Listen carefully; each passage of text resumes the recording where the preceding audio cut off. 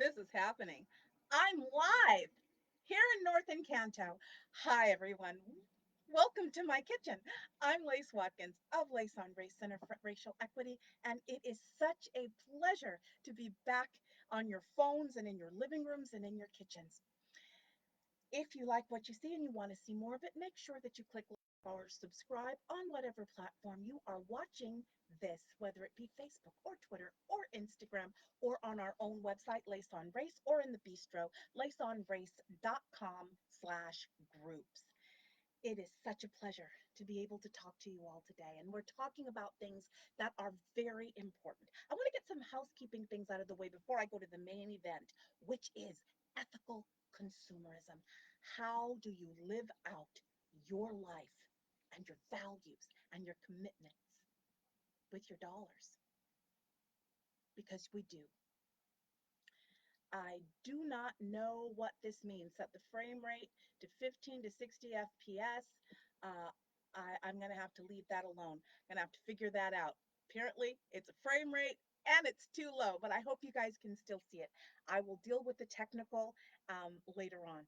But what I wanted to talk to you about was a few housekeeping things. Number one, those of you who are currently in the bistro and are not currently active, that is to say, you haven't been in the bistro for the last month or so, make sure you go. We are going to be doing some amazing things. I'm not allowed to tell you everything, but oh my gosh, it's going to be lit in the sense that next month, my birthday is coming up. And then there's another special event that I will not tell you about, but that you're going to want to be a part of.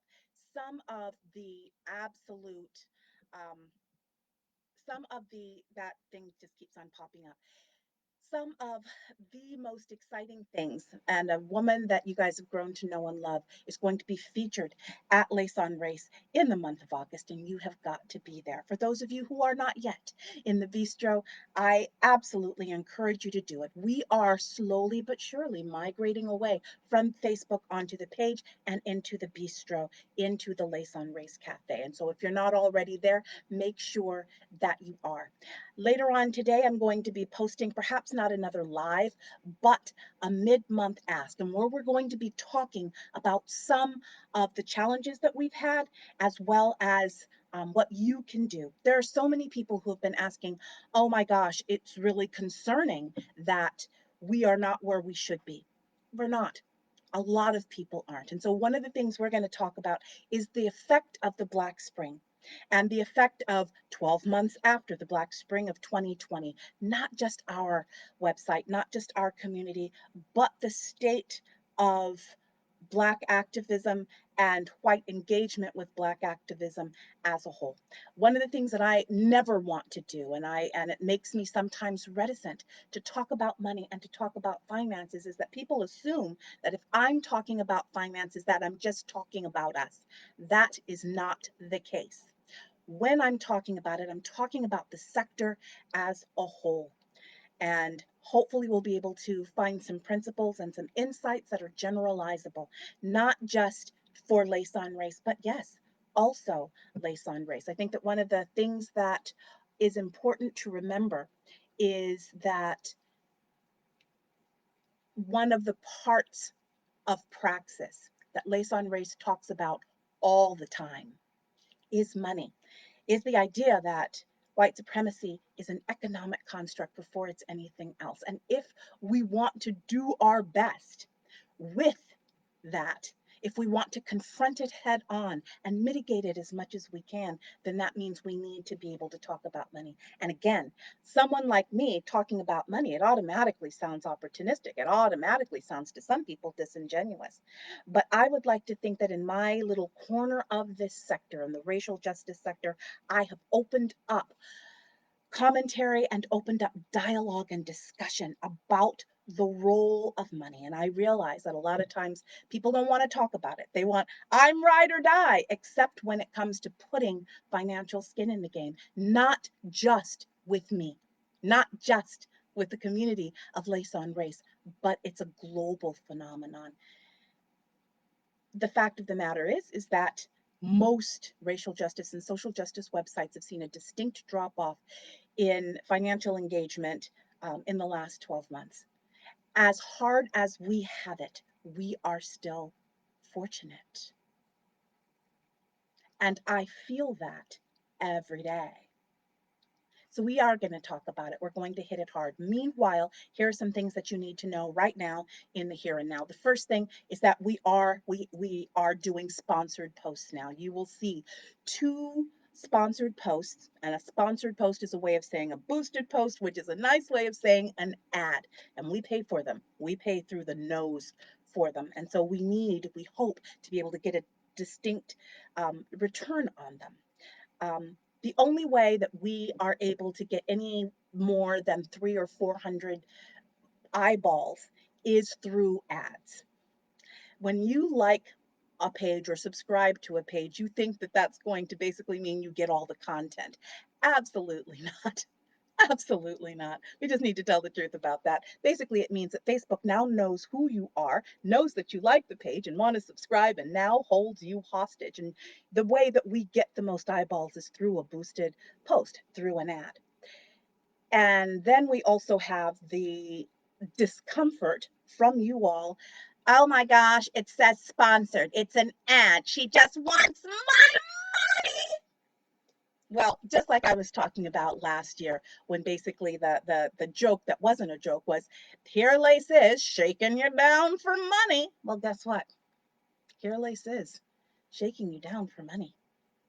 We have so much that we want to do, and we do so much with so little. It's amazing the things that we've been able to negotiate. But there are some things that Danielle has to write a check for. And we want to be able to do it. We want to be able to continue to give free consultations to people who need us, who need me, and to be able to say yes, yes, yes, yes, yes, to never say no, to never say no. And in order to do that, we do need your funding. So when you see those ads, there's going to be an essay about the first early ask. You'll see it from Catherine. And then you're going to see the early-ish ask from me. I'm asking you to do two things. Don't roll your eyes. Don't be resentful. Frankly, don't hate me and don't punish me for the fact that I have to use this funding model. The second thing is I ask that you consider clicking through. We have a very modest funding goals. We pay my salary, which for an organization this size is generous, but is still quite modest, and my health insurance. We also pay for a space that allows me to be able to sometimes leave my kitchen. It is at an incredibly low rate. It is heavily subsidized, but we still have to write a check for it, and we need you to support that. We also support our community partners, rain or shine. Absolutely no question about that praxis at all. And for that, we need you. When we do that video about money, we're going to hit hard on two things: the Black Spring itself, the fact that I retired, and some people are not pleased about that and have voted with their dollars. And well, if she retired, then she doesn't really need the money. Why is she asking me for money now? And we're going to be really honest about that, because in addition to that, in addition to the Black Spring, we have the dynamic about um, are we paying for Lacey's Lamborghini? And we need to hit that hard as well again. And the third thing is, yes, the Holly debacle. Holly brought our revenues down by half 7 months ago, and we have yet to recover.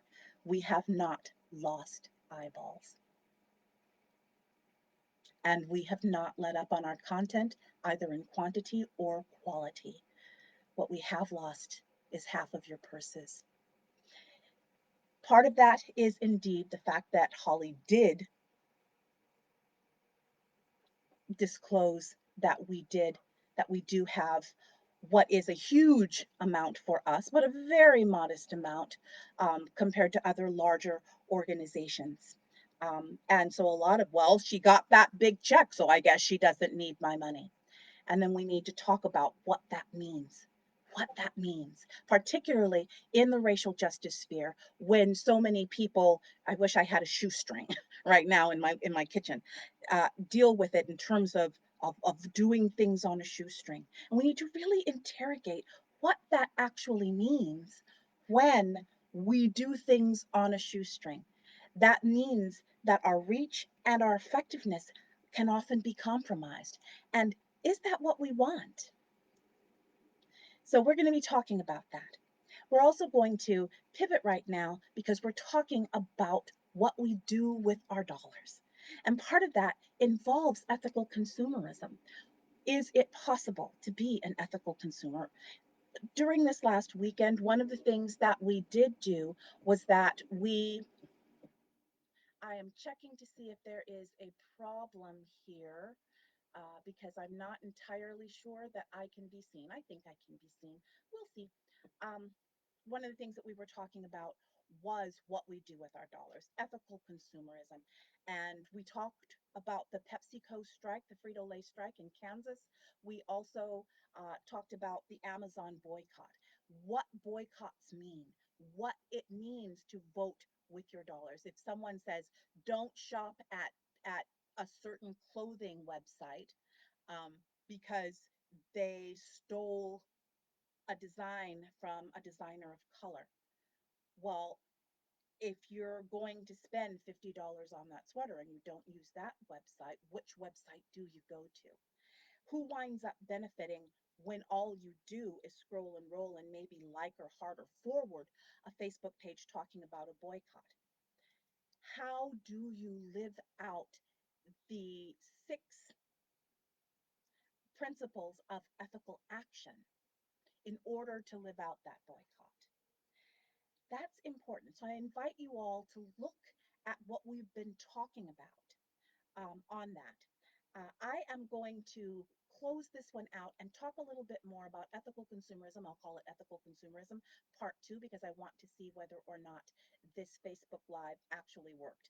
I keep on getting these notices and they're making me nervous. So far, what we've talked about is what we do with our dollars is important.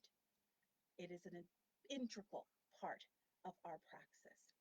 And one of the things I was also going to talk about is part of ethical consumerism is living out your values. Here we go. Living out your values by buying things where you know your values are embedded. Like my Lip with Lipstick by Beauty Bakery, a Black owned brand. All of these things are absolutely important, but they by themselves are insufficient. It's not just enough to be proscriptive. Here's what you do not do. It is absolutely important that you do something, to be prescriptive. So don't go to this website to buy your sweater, should turn into use this one instead. And while you're at it, while you're spending $50 at a better website that you did the research finding, find out who that Black designer is that you were championing by liking, or hearting, or pressing the forward button, and make sure that she gets a cut of your values. This is where it normally stops. We will say, well, I'm not going to go to Chick-fil-A. I won't do Home Depot. I won't do Walmart. And all of those are important actions. But we need to make sure that these actions are done well. We need to make sure that these actions are done in a global way, in an integral and comprehensive way. How do we do that? Stay tuned for part 2. I love you all. Let's hope this took.